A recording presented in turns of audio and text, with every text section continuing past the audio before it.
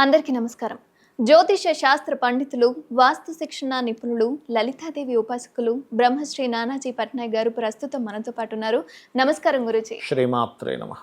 గురూజీ, శని, కుజుడు, అదేవిధంగా రవి, శుక్రుడు.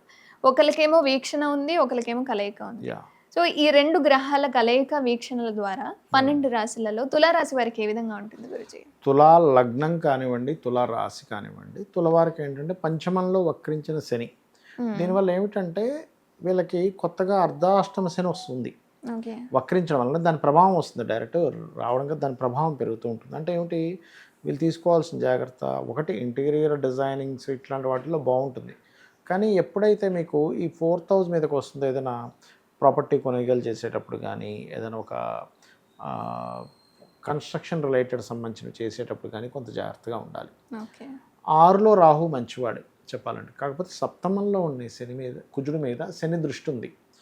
తులాలగ్నం నుంచి తులారాశి నుంచి 7th హౌస్లో కుజుడు ఉన్నాడు. దీని మీద శని దృష్టి ఎప్పుడైతే పడిందో, ఇది ఇచ్చేటువంటి రిజల్ట్ ఏమిటి అంటే పార్ట్నర్స్ మధ్యన గొడవలు కానివ్వండి, అలాగే గమనించుకున్నట్లయితే ఏదైనా వివాహ సంబంధించిన విషయంలో అనవసరమైన ఘర్షణ వాతావరణం, సమాజంలో కొన్ని విషయాల్లో కొంత డిస్టర్బెన్స్ అనేది క్రియేట్ చేస్తూ ఉంటుంది. సో ఈ విషయాలు పర్టికులర్గా తులాలగ్నం వారు జాగ్రత్త వహించాలి. అలాగే మనకి మంచి ఏం జరగనుంది, అష్టమ గురువు, భాగ్యంలో రవి, శుక్రుడు, దశమంలో బుధుడు ఉన్నాడు.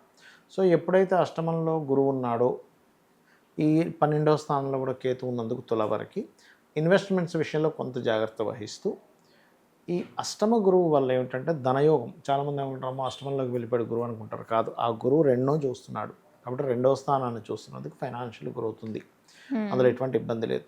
మరి రవి శుక్రులు కలిసి ఉన్నారు కదా అంటే, వీళ్ళు కొంచెం ఇన్సూరెన్సెస్ రిలేటెడ్ సంబంధించిన విషయాల్లోని కొద్దిగా వాహనం మీద వెళ్ళేటప్పుడు, ఎందుకంటే వాహన స్థానంలోకి శని వస్తున్నాడు, వాహన కారకుడు కంబస్ట్ అయ్యాడు, లగ్న అష్టమాధిపతి కాబట్టి కాస్త వాహనం మీద వెళ్ళేటప్పుడు, అందులో ముఖ్యంగా శుక్ర ఆదివారాలు కొంత జాగ్రత్త వహిస్తూ ఉండాలి. మరియు కొంత బిజినెస్ డెవలప్మెంట్స్ అనేవి జరుగుతాయి, అది కూడా తండ్రి యొక్క బిజినెస్ డెవలప్మెంట్స్. ఎందుకంటే తండ్రి కారకుడు అయినటువంటి రవి శుక్రులు శుభగ్రహాల మధ్యన ఉన్నాయి. అంటే ఏమిటి, తండ్రి ద్వారా కొన్ని బెనిఫిట్స్ లభించడము ఇటువంటివి బలంగా చూపిస్తుంది. అయితే ఈ ఇన్వెస్ట్మెంట్స్ ప్లేస్లో కేతు ఉన్నప్పుడు కేవలం ఇది ఇన్వెస్ట్మెంట్స్ మీదే కాకుండా తండ్రి యొక్క ఆస్తికి సంబంధించిన విషయంలో ఏదైనా చిన్న చిన్న లిటిగేషన్స్ రావడం ఇట్లాంటివి ఇస్తూ ఉంటుంది. కాబట్టి ఈ యొక్క విషయాల్లో చూసుకున్నట్లయితే ఎవరికైనా కావాల్సిన ధనయోగమే. కాబట్టి గురువు దృష్టి 2వ స్థానం మీద ఉన్నందుకు ఫైనాన్షియల్గా అయితే బాగుంటుంది. కానీ కొన్ని విషయాలు మర్చిపోవడం వల్ల, ఎందుకంటే పంచమంలో ఉండేసరికి వక్రించడిగా మర్చిపోతుంటారు, మర్చిపోవడం వల్ల కొన్ని బిలాంగింగ్స్ మిస్ అవ్వడం ఇట్లాంటివి చూపిస్తుంది. కాబట్టి ఈ విషయాలు జాగ్రత్తగా ఉంటూ, ముఖ్యంగా జీవిత భాగస్వామిని ఎంపిక చేసుకోవడము, సొసైటీ లేకపోతే జీవిత భాగస్వామితో కానీ పార్ట్నర్స్తో కానీ అనవసరమైన ఘర్షణ వాతావరణం రాకుండా చూసుకోవాలి. మరి దీనికి పరిహారం ఏమిటి అని చెప్పి చూసుకున్నట్లయితే కాళికా అమ్మవారి యొక్క అష్టోత్తరం చదువుకోవడం, అదేవిధంగా శని, కుజ, కేతు గ్రహాల దగ్గర దీపారాధన చేయడం, గోవుకి క్యారెట్స్ తినిపించడం మంచి ఫలితం ఇస్తుంది. గురూజీ, ఒకవేళ అంటే ప్రతి ఒక్కరికి రాశి తెలియాలి అన్నది ఏం ఉండదు. బట్ ఒకవేళ లగ్నము తెలియదు, లేదా నక్షత్రం తెలియదు, రాశి తెలియదు, ఇలా తెలియని వారికి ఏదైనా పరిష్కారం ఉంటుందా గురూజీ? తప్పకుండా అమ్మ. ఇప్పుడు లగ్నం తెలియదు అనుకోండి, మెయిన్ మేషాన్ని లగ్నంగా తీసుకుంటాం. తెలియదు, సహజ కాలపురుష సంబంధించిన దాంట్లో మెయిన్ లగ్నం దానిగా తీసుకోవాలి. వీళ్ళు ఎటువంటి జాగ్రత్తల్లో ఉండాలి అని చెప్పి తీసుకున్నట్లయితే, పర్టికులర్గా వీళ్ళు శని కుజులు ఎప్పుడైనా వక్రించిన శని కుజుడిని చూసేటప్పుడు సర్వసాధారణంగా ఏమవుతుంటుందంటే, దేశవ్యాప్తంగా కానీ రాష్ట్రాల వ్యాప్తంగా ప్రపంచవ్యాప్తంగా జరిగేది ఏంటంటే, ప్రకృతిలో ఇన్బ్యాలెన్స్ అవుతుంది, బ్యాలెన్స్డ్గా ఉండదు ప్రకృతి. అందుకే చూడండి, అప్పుడే ఎండ విపరీతంగా కనిపిస్తుంది వర్షాకాలంలో, మళ్ళీ అక్కడే వర్షం పడినట్టు అనిపిస్తుంది. వర్షం పడుతుంది అనేసి నెక్స్ట్ డే విపరీతమైన ఎండాకాలంలో ఎండ. అంటే ఏమిటి, ప్రకృతి ఇన్బ్యాలెన్స్ అయింది. మీకు వర్షాకాలం వచ్చినా కూడా ఇంకా ఎందుకు ఎండలు వస్తున్నాయి కనిపిస్తున్నాయి మనకి అంటే, మేషంలో కుజుడు ఉన్నందుకు, అగ్నితత్వ గ్రహం అక్కడ ఉన్నందుకు. అదేమవుతుంది, ప్రకృతి అంటే మనం కూడా, మనుషులం కూడా ప్రకృతిలో భాగం కాబట్టి మనకు కూడా కొంత ఇన్బ్యాలెన్స్ అనేది ఇస్తుంటుంది. కొంతమందికి బాగా హీట్ అవ్వడం కానీ, కోల్డ్ అవ్వడం కానీ, తిన్నది కొంచెం ఏదో అజీర్ణం చేయడం కానీ ఇట్లాంటివి ఇస్తూ ఉంటుంది. అందుకని ఏంటంటే, తీసుకునే ఫుడ్ విషయంలో అందరూ జాగ్రత్త తీసుకోవాలి. ఓకే. ఇక్కడ ఏదైనా గొడవలు జరుగుతాయి, ఇలాంటి ప్రభావం ఉంది అనుకునే ప్రదేశాల్లో జాగ్రత్తగా ఉండాలి, దూరంగా ఉండడం. ముఖ్యంగా ఈ కుజుడి మీద శని దృష్టి ఉన్నందుకు ప్రధానంగా పోలీసులు, సెక్యూరిటీ సర్వీసెస్. ఈ సెక్యూరిటీ అంటే బయట కనబడే సెక్యూరిటీ కాదు, సాఫ్ట్వేర్లో సెక్యూరిటీ ఇవి ఉంటాయి, అటువంటివి చేసేవారు కొంత జాగ్రత్త వహిస్తూ ఉండాలి. అయితే ఇక్కడ బిజినెస్ పీపుల్కి చాలా బాగుంటుంది, and teaching trainings and accounting రంగాల్లో ఉండేటువంటి వారికి అనుకూలమైనటువంటి వాతావరణం కనిపిస్తుంది, అందులో ఎటువంటి డౌట్ లేదు. అయితే ఇప్పుడు మరి మీరు ఇందాక అన్నట్టుగా నక్షత్రము రాశి ఏమీ తెలియదు కానీ ఇబ్బంది కలగకూడదు అనేటువంటి ఒక భావన ఉంటుంది.